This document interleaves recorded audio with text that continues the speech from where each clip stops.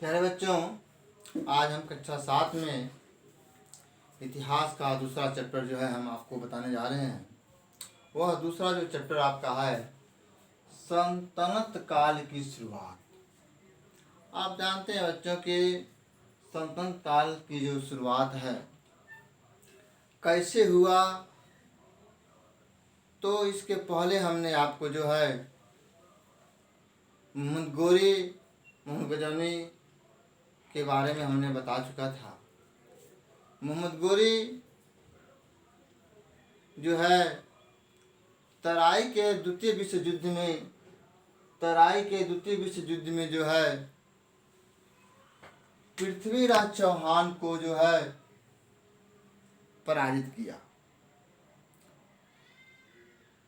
क्योंकि पराजित करने के बाद जो है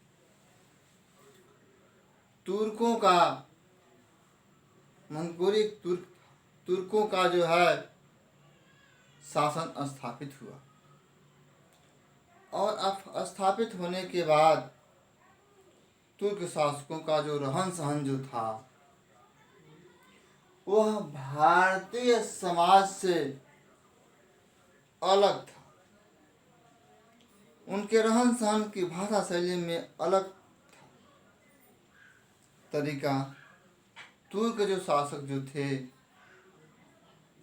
सल्तनत की उपाधि धारण करते थे, सुल्तान हुआ करते थे। वही सुल्तान से जो है सल्तनत काल की जो शुरुआत हुई, और पूरा आपका जो है दिल्ली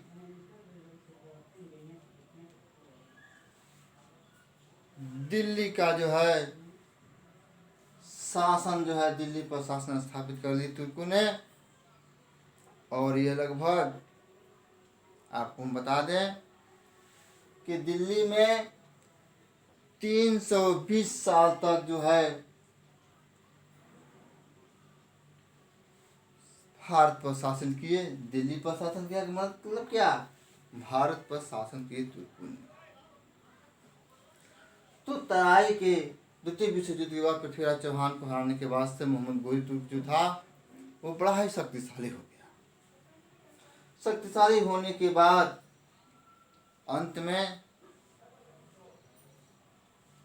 पुनः फिर से मोहम्मद गोरी की जब मृत्यु हुई 1206 ईस्वी में, जब 1206 ईस्वी में जब मृत्यु हुई, उसके बाद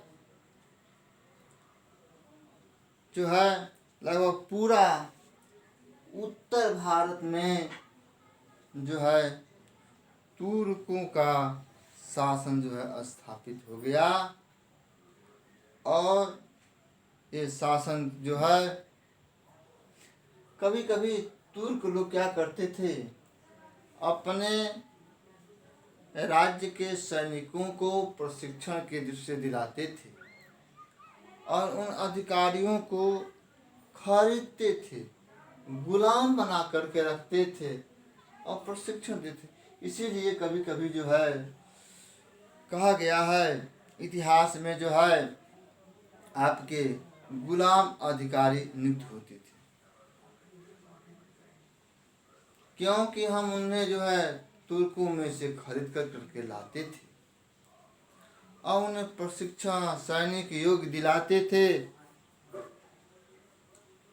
उन्हें गुलाम अधिकारी में से आप एक नाम और एक व्यक्ति को सुने होंगे, वह है जो है कुतुबुद्दीन ऐबक।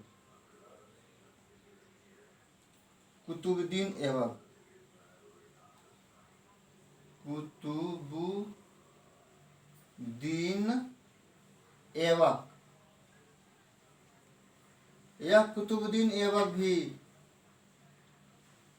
तुर्क शासक हुआ, और यह जो है आपका गुलाम अधिकारी हुआ। कुतुबुद्दीन को खरीदा गया था, मोहम्मद गोरी ने इसे खरीदा था और अपना सरदार जो है नियुक्त किया, स्थापित किया। तो मोहम्मद कुतुबुद्दीन ऐबक जो था यह गुलाम अधिकारी के नाम से जाना जाता था। और तुर्क राज्य शासक जो है घोषित किए गए और तुर्क भारत पर जो है तुर्क आक्रमण जो है होता रहा। इस प्रकार जो है दिल्ली में जो है सल्तनत काल का प्रारंभ शुरू हो गया। जब सल्तनत काल की शुरुआत जब दिल्ली में प्रारंभ हो गया, तब जो है यहाँ के जो शासक जो था कुतुबुद्दीन ऐबक क्या किया, तुर्कों में से योग्य सुयोग्य प्रशिक्षित तुर्कों को अपने में मिलाया और शासकीय क्षमता और योग्य बनाया। बनाने के बाद उनको कौशल कौशल का भी प्रशिक्षण दिया। अंत में तुर्कों ने खंडनकारी रचने के बाद से जो है सुल्तानों ने जो है अपने ही में से अमीर शासकों को सरदारों को चुनते थे। सुल्तान इस्लाम धर्मावलंबित थे, इसलिए भारतीय जनता पर शासन करने के लिए तुर्क और अमीरों उमेलाओं और धार्मिक वर्ग जो है खुद को अपने को हिंदुस्तानी और जनता को अपने में तर्कस युग शासक युग बनाए और वे हमेशा तुर्क सुल्तान हुए। और सुल्तान वंशों में हम बता दें आपको कि प्रारंभिक तुर्क आए, उसके बाद से खिलजी वंश का उदय हुआ, उसके बाद से जो है तुगलक वंश का उदय हुआ और सैयद वंश का उदय हुआ। सैयद वंश और तुर्क खिलजी वंश और लोदी वंश की जब स्थापना हो गई, ये प्रमुख शासक थे।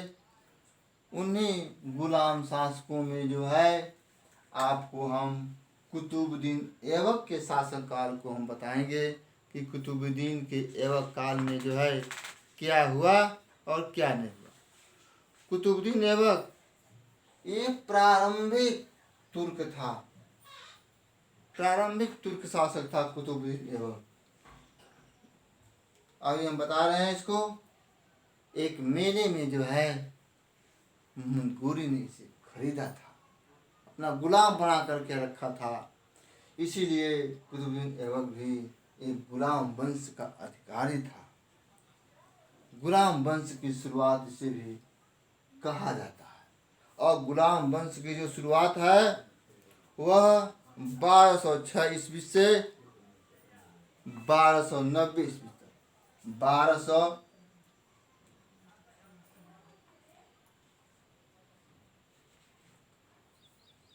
1206 ईस्वी से 1290 ईस्वी तक के शासन को ये लोगों ने कायम रखे। क्योंकि अभी हमने बताया था इसके पहले कि तुर्कों ने जो है भारत पर जो है 320 साल तक शासन किए थे। तो इसे आप अंदाजा लगा सकते हैं कि भारत में जो है मोहम्मद ऐबक जो था वह मोहम्मद गोरी की मृत्यु के बाद कुतुबुद्दीन ऐबक ने दिल्ली के शासन को कमाल को संभाला और इसे जो है उत्तर भारत में अधिकार स्थापित किया। भारत का पहला तुर्क शासक था जो कुतुबुद्दीन ऐबक के नाम से जाना जाता है। और कुतुबुद्दीन ऐबक अपनी पहली जो राजधानी जो बनाया वह लाहौर में बनाया। पहली राजधानी जो है लाहौर में, उन्होंने पहली राजधानी जो है लाहौर में बनाया, लाहौर में बनाया और वहाँ का शासक बना।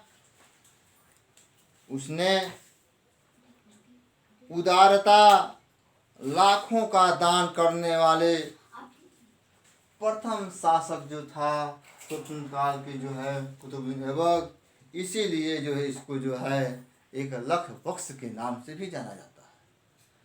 लक्ष बख्श के जो नाम जो था वह लक्ष बख्श के नाम से जाना गया। किसको?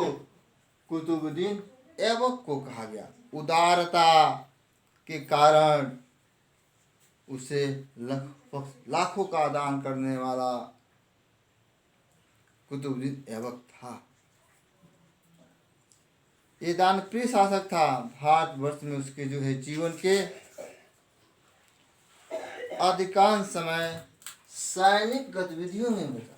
भारत में इसका जो है अधिकांश समय सैनिक गतिविधियों में बीता।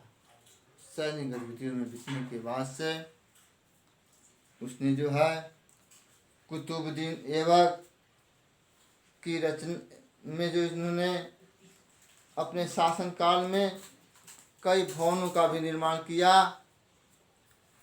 यहाँ तक कि जो है उसने जो है कुतुब मीनार, कुतुब उल इस्लाम धर्म,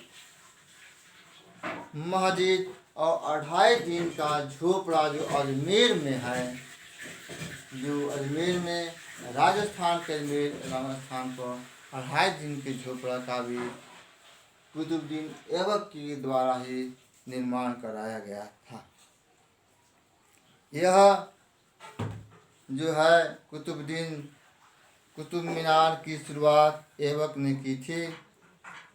इसको जो है पूर्व इल्तुतमिश ने करवाया था। कुतुब मीनार का जो नींव जो रखी तो कुतुबुद्दीन ऐबक ने रखी, लेकिन इसका जो पूरा श्रेय इसको पूरा करने में जो है इल्तुतमिश को भी इन्होंने खरीदा था। तो इस प्रकार से इल्तुतमिश यह कुतुबुद्दीन ऐबक ने भारत में एक नए राज्य की स्थापना किया, नींव रखी, वह राज्य सुदृढ़ बनाया। और कुतुबुद्दीन ऐबक की जो मृत्यु लगभग जो है 1210 ईस्वी में हो गई। कुतुबुद्दीन ऐबक की मृत्यु जो है